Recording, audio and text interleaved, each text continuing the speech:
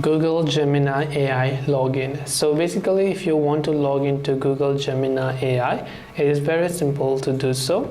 You simply have to open your browser and go to gemini.google.com, which is the official website to access Google Gemini.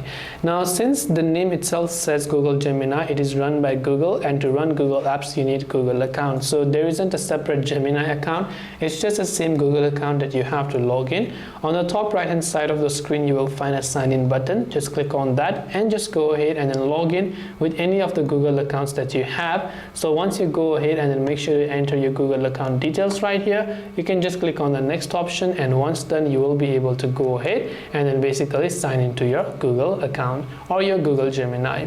This way you'll be able to log into Google Gemini AI. I hope that this video helped you. If you have got any further questions, feel free to also leave them down in the comment section below. As always, thank you very much for watching till the end of the tutorial, and see you soon in our next video.